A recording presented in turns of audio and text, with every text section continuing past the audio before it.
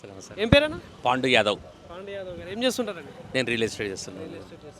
So ఎట్లుంది sir real estate వ్యవస్థ ఇప్పుడు ఎట్లా నడుస్తూ ఉంది? ఇప్పుడు మామూలు అయితే మొత్తం బంద్ అయిపోయింది, దుకాణమే బంద్. ఎందుకట్లా? ఇంకా ఈ ప్రభుత్వం చేంజ్ అయిపోయింది. ప్రభుత్వం చేంజ్ అయినప్పటి నుంచి ఈ దుకాణం బంద్ అయిపోయింది. రియల్ ఎస్టేట్ అనేది ఏం లేదు, మామూలుగా ఇట్లా తిరుగుతున్నారు అంతే.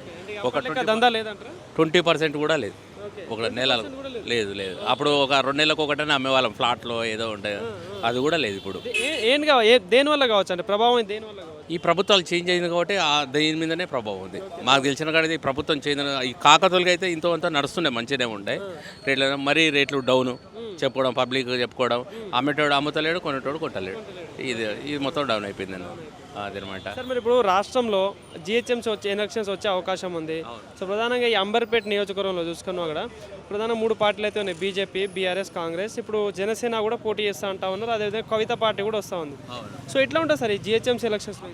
జిహెచ్ఎంసీ ఎలక్షన్లు అనేది నేను చెప్పేది ఏంటన్నా బ్రదర్ అంటే, మామూలుగా ఈ 3 పార్టీలని ఇవన్నీ అన్ని అవకతవకలు మొత్తం అయిపోయింది. మొత్తానికైతే ఎవడో ఏం చేసింది ఏం లేదు. మామూలుగా చెప్పాలంటే ఒక పార్టీ ఛాయిస్, ఇంకో ఇప్పుడు కొత్తగా పార్టీ ఏదైనా ఇప్పుడు ఒక పార్టీ కొత్త వాళ్ళకి ఇచ్చిన ఛాయిస్ కూడా ఇస్తే బాగుంటుందని ఇవన్నీ బీఆర్ఎస్ అయిపోయింది, కాంగ్రెస్ అయిపోయింది, ఎంత ఒక పార్టీ బీజేపీ ఉంది. బీజేపీ కూడా వచ్చినప్పుడు ఈ ప్రభుత్వం కూడా చూడొచ్చు.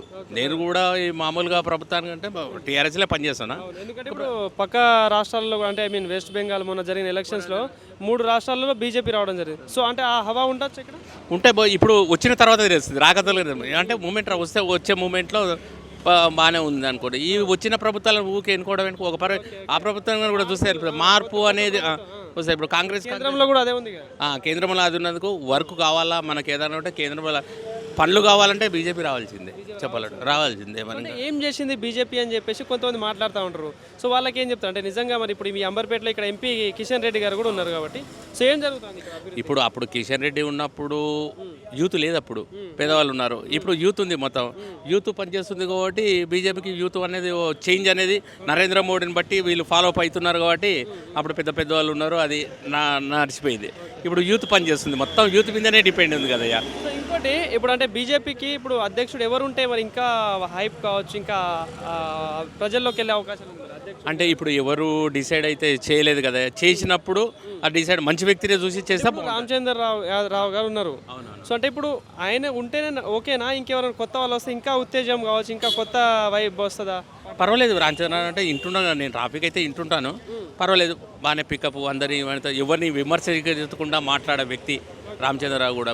చెప్పాలంటే ఎవరిని కూడా విమర్శించాడు, ఏది పార్టీ పరంగానే మాట్లాడుతున్నాడు. అంటే తెలంగాణలో మరి బీజేపీకి ఛాన్స్ ఇస్తారా ప్రజలు? తెలంగాణ ప్రజలు ఇవాళ ఒక పారి బీజేపీకి ఛాయిస్ ఇస్తేనే బాగుంటుంది అనుకుంటున్నా. అంటుంది ఒక పారి బీజేపీ ఛాయిస్ ఇచ్చిన అనుకో, ఇవన్నీ ఎట్టుగడ్డాలనేది ఏంటికి చెప్పు. ఒక పారి ఇచ్చిన తర్వాత తెలుస్తుంది, పబ్లిక్ కూడా రాష్ట్రంలో తెలుస్తుంది, కేంద్రంలో కూడా ఉంది కాబట్టి పనులు కావాలంటే చేయాలి. అది తెలుసా అంటే నేను ఇప్పుడు రాష్ట్రంలో కొత్తగా ఈ సర్ ప్రక్రియ అనేది నడుస్తుంది. అంటే గతంలో ఒకసారి జరిగింది, ఇప్పుడు మళ్ళీ ఒకసారి జరుగుతుంది. సో ఏంటి ఎట్లా అనిపిస్తుంది దీని మీద మీ అభిప్రాయం ఏంటి? నా అభిప్రాయం ఏంటంటే, ఇప్పుడు ఒక ఓటుని 2 ఓట్లు వేయకుండా ఈ ఎస్ఆర్ఐ అనేది వచ్చింది కాబట్టి ఒక ఓటు మీద 3 ఓట్లు వేస్తున్నారు. అడ్రస్లు చేంజ్ చేసి, ఆధార్ కార్డులు చేంజ్ చేసి, ఇది అనేది 100% పాస్ కావాలని ఉంది. ఇది 100%గా ఎస్ఆర్ఐ అనేది 100% కావాలి. అయితే ఏంటంటే ఇవన్నీ ఎత్తుగడలు అనేది పోతాయి కదా, ఇవన్నీ కొన్ని ఓట్లు పోతాయి. ఒక ఏరియాలో 2,000 ఓట్లు ఉన్నాయి. ఇప్పుడు నేను బిఎల్ఓ చేస్తున్నా, నేను విధానంలో చేస్తున్నా. ఏమవుతుందంటే 60-75% బూత్ మేము ఉన్నప్పుడు 40% వాళ్ళు వెళ్ళిపోయారు. ఆ ఓట్లు ఎక్కడ పోతున్నాయి? చనిపోయిన ఓట్లు ఉన్నాయి, ఇప్పుడు చేంజ్ ఆఫ్ ఉన్నాయి, అన్నీ తీసేపిస్తున్నాం మొత్తం. ఇట్లాంటి వల్ల కొంచెం ఓటింగ్ ప్రక్రియ కూడా తగ్గుతుంది. అప్పుడు ఎవరు అనేది అభ్యర్థులు అనేది మంచిగా ఎన్నుకోబడుతుంది, మంచి క్యాండిడేట్ అనమాట. సార్ మరి రాష్ట్రంలో కాంగ్రెస్ ప్రభుత్వం ఉంది, సో ఎట్లా అనిపిస్తుంది మరి పాలన పరంగా? కాంగ్రెస్ వాళ్ళతో అంటే సిటీలో ప్రభావం అనేది ఏం చూపెట్టలేదు బ్రదర్. సిటీలో అనేది లేదు, విలేజ్లో అనుకుంటున్నారు కానీ అంతా లేదు, చెప్పినంత లేదు. రేవంత్ రెడ్డి గారు అనేది చెప్పినంత విధంగా చెప్పడం అని చెప్పినంత మాత్రం ఇక్కడ నిజాలు లేవు.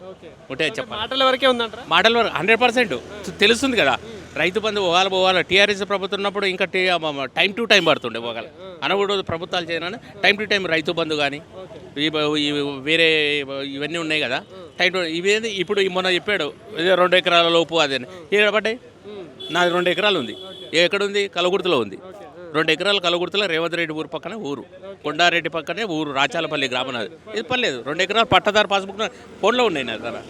ఏది పర్లేదు ఇక బ్యాంక్ ఏడపడే ఉంటుంది ఎంతమంది కొడుతుందో తెలుస్తుంది అది నాకైతే పర్లేదు. నెక్స్ట్ ఎలక్షన్లో మాత్రం బీజేపీ చూస్తున్నారంటారు బీజేపీ చూస్తున్నారు యూత్ మొత్తం బీజేపీకి ఎదురు చూస్తున్నారు దేశంలో కాదు పైన కూడా ఈ నరేంద్ర మోడీ ముఖం చూసి కూడా వేయాలి ఏంటికైనా చేసిన దేవుళ్ళకి ఉన్నాడు ఆయన అది లేకపోతే దేశాన్ని అమ్ముకొని పోవాల్సి వస్తుంది నరేంద్ర మోడీ ఇట్లా అక్కడ లేకపోతే వీళ్ళంతా దొంగలే అంటారు చెప్పాలని ఎవరికి ఇచ్చినా కూడా చేత కాదు చెప్పాలంటే చేత కాదు పని మరి అంబర్పేట ఎట్లా ఉంటుంది మరి ఇక్కడ ఎలక్షన్స్ ఈసారి అంబర్పేట టఫే ఉంటుంది అన్న టఫే ఉంటుంది ఇప్పుడు అంటున్నారు టీఆర్ఎస్ అంటున్నారు కాంగ్రెస్ ఎవరు వాళ్ళు కూడా ఒప్పు కొట్టుకుంటున్నారు అంటే చేసే పథకం అయితే ఓ పరి చాయిస్ ఇవ్వాలి మళ్ళీ ఇట్లా వచ్చేదని కావాలి అట్లా